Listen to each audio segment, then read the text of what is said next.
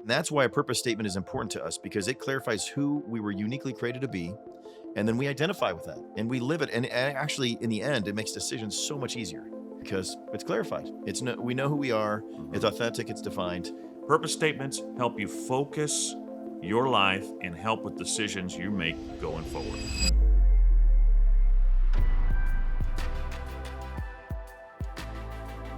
Welcome once again to ReedFlections, a podcast on life, leadership, and learning. I am Art Calderon. I'm here with Reed Nyffeler, CEO of a growing global franchise organization, a husband, a father, a son who is very involved with his local community and does quite a bit of traveling and would like to share a lot of that experience with us here to learning how to be be someone who lives a life on purpose. Now, episodes 1 through 4, we talked about priorities. Episodes 5 through 9, we talked about habits, which put legs onto those priorities. And now we're going to talk about beginning to know your purpose, that it should be eternal, transcendent, and apply universally, and finally, to be authentic. Today, we're going to actually get hands on here, right? Right? We're going to make a purpose statement. Tell us about why that is important, why someone should actually take the time to craft a purpose statement. Yeah. And there's been studies, right? I remember reading a study about college graduates, and they said everybody left with a goal as to why they wanted the degree, but the 2% that wrote it down had a likelihood of achieving it versus the 98% that didn't write it down had a much lower percentage of achieving it. So, why writing a statement? It is a whole cathartic process, really, that tightens the words. I remember crafting my statement, and it was probably a paragraph. And then I Mm, said, "Are all those words relevant and memorable that I can ultimately live?" uh-huh. And then it brings it all the way down to an actionable statement so that we can achieve that. And this isn't just a person, right? I mean, if you look at the most enduring organizations that have had the most success, it's a declaration. It's something that they can follow down, right? What would the United States be without a Declaration of Independence? Mhm. Right? That clarified and brought all sorts of parties together. You go look at big organizations that have been around for really decades and beyond, and they have a very clear stated purpose that stops them from where they're at. Go research the best organizations that you know, and you will see a public purpose Oh, statement yeah. They all listed have it on, on their webpage or on their branding, right? They have a purpose statement. and that clarifies and consumes their identity, right? Their identity aligns with that purpose. And that's why a purpose statement is important to us because it clarifies who we were uniquely created to be. And then we identify with that and we live it. And actually, in the end, it makes decisions so much easier because does this fulfill our purpose statement or not? And then it makes our decision making so much easier because it's clarified. We know who we are. It's Mhm. authentic. It's defined. And we'll talk about that as we work through this Now, episode. I wouldn't suppose that you would be prepared to share your purpose statement with us today, would you? You know, Art, I would. What? And yeah, believe it or not. And What are so the chances? as I showed in a previous episode, I actually have it on an hourglass. And so as we work through this, I'll read it for you and then we'll break it down in the later Okay. part of the episode. But through intuitive interaction, propel leaders over their self imposed barriers to be free to live out their unique purpose. And so obviously, I have this in an hourglass as a way to know to invest time, which is kind of the second part of the book that we're going to be working through.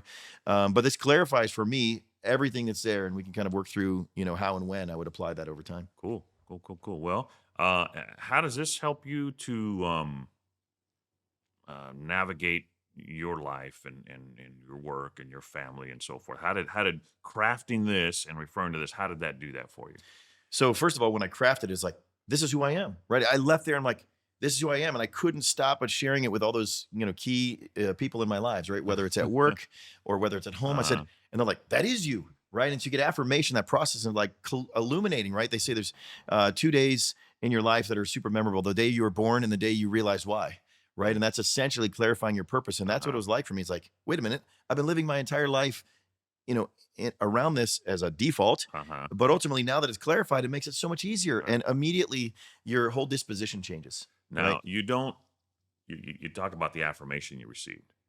You don't always get affirmation. There's not always people out there who would facilitate or support that purpose and that statement, right? Talk about what that's like when that gets derailed, when your circumstances change, when your leadership is trying to derail it, whether intentionally or otherwise. Talk about how what that looks like. So let's break down that affirmation because I think you bring a valid point. One, I was getting affirmed from the people that know me that this is truly me. Okay. Not in our previous episode, as we talked about, getting affirmed from people that don't know me to what they want me to be. So that is where the affirmation came in. And so that's where we're now in that struggle that's saying, whoa, whoa, whoa, whoa. That's not who I want you to be. Uh-huh. And so they're going to say, in a different context, that is who you are, your purpose statement, but that is not what I want from you. Right. And so that is very difficult because you're saying you have established an expectation of me from me that is not who I am. And so then how do I deal with that? How do I receive that? And And doesn't that say a lot more about them? That's right. Maybe I feel threatened by the way you are, and I want you to be a certain way, so I'm less intimidated by you. That's right. Threatened by you. Yeah, and I think that's what society does. They tear you down to make themselves feel better. And essentially that's what's happening in that environment, saying, if you live out that purpose statement, in my estimation, you're going to be above me in that mind. And so I don't want that. So I'm going to find every way to undermine your activities. I'm going to find every way to, make sure you don't fulfill that statement, right? And so that's where we have to lean into, and push through that resistance. Ultimately, that is their insecurities. Candidly, most people attack others as a byproduct of their insecurities. They're attacking you through and with their insecurities, so they can generate those insecurities within you, and it's your responsibility to not receive that. So in that case, I'm saying I actually, and I encourage my kids to do the same. I feel bad for the individual that is attacking me because that's a manifestation of their insecurities. Right. So if they're always on the aggressive, there's some insecurity they have not addressed in their life, and maybe they don't know their purpose statement, so they're trying to tear me away from mine. And so then I don't receive it. I'm saying, I understand. I'm sorry that you don't see the way I see it. However, this is how I've been uniquely created. And you can move on from that. And I can move on. And they're usually staying there, right? That's right. Mentally, emotionally, they're staying there. Right. Good. Well, let's get into it. What's the first step in actually crafting your own purpose statement? So as I mentioned previously, everyone's purpose statement should be different, right? Because they were uniquely created. Everybody's different. So as we break this down, and I'm going to use this as an example. So the first portion of that is through intuitive interaction. And that's how mine is. And so for that first step, we need to know, when should I be living out my purpose? So as we're writing that first step, we say through intuitive interaction. So I know that I'm talking just like we're talking now. So I'm saying, in this conversation, there's a second step for me to jump into. So the first step is how will you know it's time to live out your purpose? And so if you're crafting your own purpose, you'll say, how will I know? Right? So again, as I mentioned in the previous episode, my wife, she's great with children. She was a teacher. She served. So if she sees a young child approaching her, right, that is coming with interest and intrigue, that's her trigger to live out her purpose. Okay. Right. For some of us, if you see something that's in the vein of interest, right? So maybe you're, somebody that's really into language, and you see a statement that is posted on certain, whether it's online or in a book or something like that. You're saying, I need to help recraft that or clean that up so that it can truly be actionable, eliminate or add a word, right? So you're looking for something that triggers you, that's right, and excites you, motivates you. What are those things that get you filled with energy? So how do you decide what that is? You take a step back and say, wait a minute, when I have energy, right? When I'm at that best self, what happened right before? Right? What happened right before that? What led you there? Yeah, what led me there? So again, example, my second step is propel leaders. Okay. So that's what I'm here to do. That's my fundamental purpose is I believe I'm here to propel leaders forward. So right before I propel leaders, what happened? How did I know that was a leader I needed to propel? It was intuitive interaction. So that's why that first step, you look at the second step where you generate that energy. Where does my energy come from? When I get excited, it's me propelling leaders forward. That I see someone that has, was stuck in a stage of life, and they had, leadership aspirations, they had leadership characteristics, and then through our interactions over a series of time, they're propelled forward. So that's really where my energy comes in, right? But how do I know that's a leader I need to invest in? It's intuitive interaction. Now, second step, I need to propel leaders. So the first step is, how will I know this is an opportunity for me to deploy my purpose? The second step is saying, when I know that, what is the purpose I'm trying to achieve? And so for me, that's propel leaders. So through that intuitive interaction, I know it's now time to propel leaders. So that's what my objective. Now, they may want me to make them a sandwich, right? They may want me to do What? something that they want. I don't know. I mean, Actually, I was thinking about a sandwich. That'd be okay, nice. well, Yeah. it's not my purpose, so you can find Okay. someone whose purpose is make you a sandwich. Anybody got a sandwich? No. Okay. Okay. So ultimately, I know that hey, regardless of what they want from me, I have to fulfill my purpose. They may Uh-huh. want something different from me, but Mhm. my job is to propel leaders. They may ask a whole bunch of other things. So in that moment, I need to stay on task. Mhm. I need to live out my passion. I had this one guy actually in a mentoring session one time, and he said, Reed, he goes, I want you to mentor me. I said, okay. I said, what are you trying to achieve? He said, well, I want to be rich. And I said, He was that upfront, huh? he was that Hey, direct. He said, I want to appreciate be a the honesty. multimillionaire.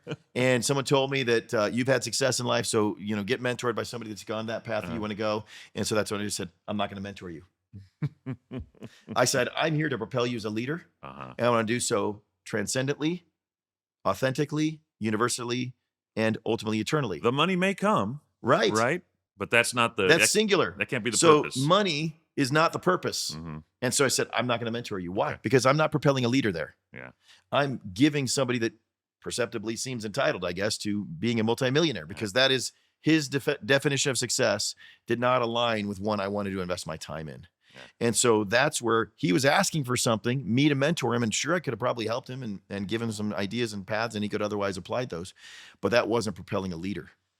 So that second step is clarifying what ultimately is our purpose and our purpose statement, and we must stay within that scope, even if we can help in other areas. So to start with, when you're crafting your own purpose statement, you find out what floats your boat, what your passion is, what gets you excited, and to be able to recognize it, right? Because sometimes we say, "Oh, I'm such a good mood," or something gave me, and you don't really. You got to take the time to look back and say, "Oh, it was because I was in this situation," Right. and that's happened before, and that continues to happen. So you recognize that what really motivates you, and you implement that in the beginning of the statement, Right. right?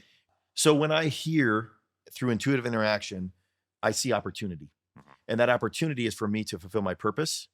And when I'm in that purpose, I need to stay disciplined to it. However, the third step is saying, okay, what is holding people back from being propelled as a leader? So in that case, if you're at that third step and you're saying, okay, now I know my purpose, what is the thing that they need to overcome, the stopping point, or the primary focus of my time? And is that something you recognize that they don't through, Correct. in your case, intuitive interaction? Yeah. So let's go to before we step into mine. We'll again use my wife because I know her very well. Right. She sees an opportunity as a child is running to her. She knows her purpose is to show them love, care, concern, and so then the next step is saying, what's distracting that? Mhm. Right? Is it they're hungry?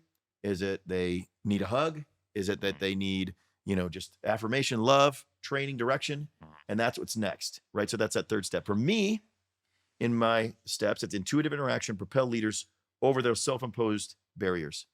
So I am looking for listening in that subsequent stage of the conversation, say, what is in their mind, not an external thing that is holding them back to move forward as a leader. So many times it starts, in my case, with them looking at external things like, well, I don't have enough money, Mhm. or I don't have the appropriate education, Mhm. or I was born at the wrong time, wrong place, wrong person. And I said, none of that can change. Mhm. So I say, what can you change? That's Right. not self-imposed, right? Yeah, It's the that's other right. So stuff. I'm saying self-imposed. Yeah. So that's external. They're self-imposed in that case is saying it's any reason but me. Uh-huh. So the self-imposed barrier is saying I will not take responsibility for my future. So the first step for me is to say, okay, take responsibility for your future. Mhm. And that's the self-imposed. What are things that you can do? Not what are external things you can't Mhm. control, Mhm. but what are things you can do? So the first thing, their self-imposed barrier is they don't take ownership for their lives. Mhm. Okay. So when you take ownership, you then focus on things you can change and control, and that is self-imposed. So that's the first step for me as I say, okay, I'm going to propel this leader. I'm going to make sure they take ownership of their life and future. Mhm. And then ultimately, what is the current thing that is impacting their inability to achieve the final step, which is the living out the unique All right. purpose. So let's break this down for those who are actually working on their own purpose statement. First thing is to recognize what motivates you. Second thing is to define it and to focus on it. And the third thing is to recognize, I guess, why that motivates you and how you can help, right? In your case, you can recognize self-imposed barriers that people have. So if I'm writing my own purpose statement, I say, here's what it's going to be about. Here's some of the things I'm going to do about it. And here's why, because I can help in this way. And that happens to me. I recognize that several times when I'm in that situation. I'm full of energy. I know what to do. Right. And that's the third step. Yeah, and the third step is know what to do, and you'll have a similar framework each and every time, right? I mean, if you go to the doctor, they know they're there to really help provide care for individuals going forward, and as a result of that, they have a framework, right? The nurse meets with you, takes your vitals, ultimately determining what's happening, and then they go and say, okay, what is hurting you? What's ailing you? What's there? Because ultimately, a doctor's aspiration in my thought process is they want you to live a better life after they leave. They want you to feel healthier and move on. So they're identifying what the symptom is, and then they're looking at the underlying problem and making a recommendation. And I'm doing the exact same. Only I'm propelling leaders forward. I'm saying, okay, you came into my office, doctor scenario, and then you told me what your challenges were. I'm going to make recommendations that you change your lifestyle and go forward so that you can feel healthy as the outcome. And you've been there before. You've had experience there. That's so right. you know what the answers are. It's a series of diagnoses. And then the final step is, ultimately, in my case, is to be free to live out their unique purpose. So I know that when they've overcome that self-imposed barrier through maybe a series of conversations or meetings or whatever the case might be, they now see the world in a whole new way, see opportunity, a future, and a life, and take ownership of it all. I need to kind of pull back my involvement. And people are like, well, that seems bad. You don't see it all the way through. That doesn't go to fruition. And here's the reason why. It's not because I don't care about that person. It's not because I'm not excited. It's because if I don't pull that time back, I can't help someone else. Right. So that's kind of your milestone to know if the first part of your purpose statement has been successful. Right. So you can see, they've done that. They're on their way. I've made success. Let me pull back and see who else the next guy is. You make a really valid point. And so it is not my purpose to, govern their entire lives. Right. And even as a father, there's a stage of life where we go through those transitions. Right. So obviously, at an earlier stage, we're there nurturing them and feeding them. At some point, we're developing their mindset around their daily lives. At some point, now they're free to live out their unique purpose. You're not raising them to stay in your house for the rest of their lives. We're advising them on the other side. Yeah. And so that's that progression. And so if I do not end my engagement with them, one, they will always be dependent upon me, right? And that is not my purpose. Number two is it will not allow someone else to speak into them that might be better suited to help them at that stage. To take them on the next level, whatever that happens to be. Yeah. So we'll just use this in a super practical sense. Let's say I'm meeting with someone for 2 hours a week to mentor them, and they have only 2 hours a week. And I went through this with a friend of mine who was at a particular stage, and I met with him for 4 to 5 years. He had lost his spouse, actually, and was really at a tough stage, and just all those other things. So we met for breakfast weekly. And I was working diligently all the way through that process. But then it was time to date again.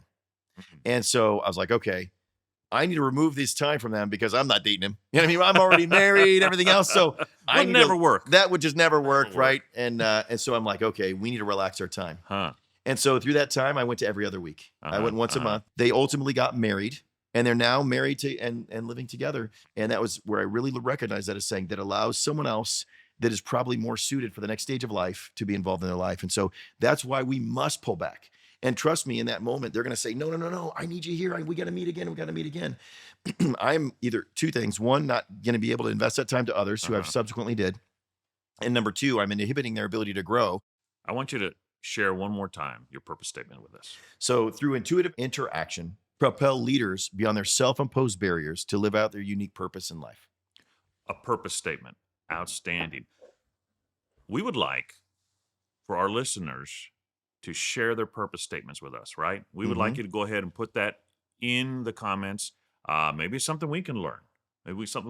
Purpose statements help you focus your life and help with decisions you make going forward, right? Good. So I think I'm going to give some examples that are totally irrelated to myself or my wife's to help people craft these to give a different perspective. So let's say, and I've talked to people around this, let's say you get energy by working out. Many people are like, I love working out. It's that runner's high, et cetera, et cetera, et cetera. So I asked them, I said, well, why does it give you energy? And then in the end, I said, working out is a way that's a very confined place where you have goals and objectives, and then you have achievement. So many times it's saying, okay, when they take a step back, that's just a byproduct of where their purpose statement is corollary to, right? And sometimes that same person that has loves working out, also loves to accomplish a list at home, right? They have a list of Mm-hmm. activities they want Mm-hmm. to accomplish at home. And then at work, they're very diligent, right? They have a key, clear objectives, and it's clarifying, right? So that might be, something that a statement such as this. So the trigger or the opportunity would be based on saying, okay, there's something that needs to be organized or put in a functional fashion. I see some disorganization in life. And so when I see something disorganized, I can come in and put them on a path, right? So instead of propelling leaders, put them on a path. An organized statement of activities is a path to then ultimately make improvements in their lives. Can't be about us, transcendent, right? Mm-hmm. So that they can ultimately consistently live a life Okay. more consistently, right? So I'll use that example in a personal application. So, I am one of those people, maybe you're like me, where you go to the grocery store and I'm really good at finding the things that my wife forgot to put on the list, right? Typically it's chips, How the can we candy. live without this, That's right? right. I know she forgot to do that. She meant to write it on there. I'll put it on the list. Of course, she knows me all too well, so she has a very disciplined list. She helps organize me so I'm not distracted. And she does an amazing job of mapping out the grocery store Oh, in a I very like that. organized way Yeah. so that, all your cold items are here. So Uh-huh. in the list, she organizes it by this is in the cold section. So don't walk sequentially there. Love it. And then you go to your, toiletries or whatever else, get this while Mm-hmm. you're in this aisle. And she walks me all the way through the store, very organized. Now, of course, I'm like a kid in a candy store. Oh, let's go over here. Let's go over Oh, here. Let's go over here. Nutella. Yeah. Yeah. So what happens in that? Because that's her gift, right? Is to write this list that I have to follow. It makes it way more efficient, Mm-hmm. right? And then obviously she already knows what is at that store at the lowest price versus the other store, what the quality of meat is, blah, blah, blah. So it's not on the list, right? And so then I guess I just add that to the list as my reward for following the process. Maybe that's what I do for there. Yeah. But ultimately, that's a good example, right? Because if you're really diligent and you're good at setting a task, accomplishing that task, and organizing in an efficient manner, that can be your purpose statement saying, Right. when I see whatever term you want to use, a relative disorganization Uh-huh. that is leading to someone that can't accomplish in a daily task or items that they want to do that, I help come alongside them and give them a process, just like she gave me that list, so that ultimately she can live a confident and path, right? I'll give another example, right? My oldest daughter is a teacher. And so she just started teaching, and there's students that are struggling. And now many of us would say, you need to study, study, study more. Instead, she's saying, okay, what is holding this individual student back? Uh-huh. What is the reason they're struggling? It's not because typically it's the content, it's usually psychological. Mhm. So she sees when someone is struggling to understand something, right? Trigger or opportunity, to then say, how do I change their mindset around how the nature of how difficult or simple it is to then encourage them, given confidence, Yeah. to then go learn and apply that information. What a great gift, and turns into a good purpose statement for me. Right. So again, another example of a purpose statement, say when I see someone mentally or emotionally struggling, many people fill in this category too, I find a way to change their self-image, Mm-hmm. right? By giving them confidence that they can live a new life, right? And we see this. There was these shows that would show personal transformation on TV, right? And a lot of that was just infusing self-confidence in their life so they could live out a new life. And so those are just examples in different formats beyond what my format is, that may be opportunities that are identified at the beginning, a objective, right? Which might be changing their mindset, with a process, which would be giving them confidence so that the outcome is they live a life that moves them forward and that accomplishes all those that I gave examples of. They're universal, they're transcendent, meaning it can be done anywhere. It can be done in your family, it can be done at work, it can be done on the streets as you're walking down, and it can be done anywhere. And then it's transcendent. None of those statements were about me making Mhm. money, like the analogy I gave you, right? It was about how do I help someone else? That's Mhm. transcendent and eternally. Even if I'm in a retirement community and I see someone next to me that needs to be, maybe they're just leading their families, right? Maybe they're a great grandparent. I can propel that leader. I can do that the rest of my life in all those contexts. So each of those statements I Right. gave you were designed with each of those three steps in mind, Right. ultimately. Very good. Well, Reed, thank you very much for sharing your time, your wisdom, and thank you to listeners. Now, next time we get together, we're going to talk about having a long-term vision. The long term, not just for today, not just for tomorrow. Until then, I'm Art Calderon. Be purposeful. And this is the most critical step of this entire podcast. If you do not have a purpose statement, really from here on out, and even the preceding episodes, you will struggle to know what to do next. A clear, defined purpose statement will really be a guiding light of your life. I challenge you to sit there and think through these 4 steps. 1, what is the opportunity that is right running to me? And then 2, what gives me energy? What transformative opportunity do I have energy?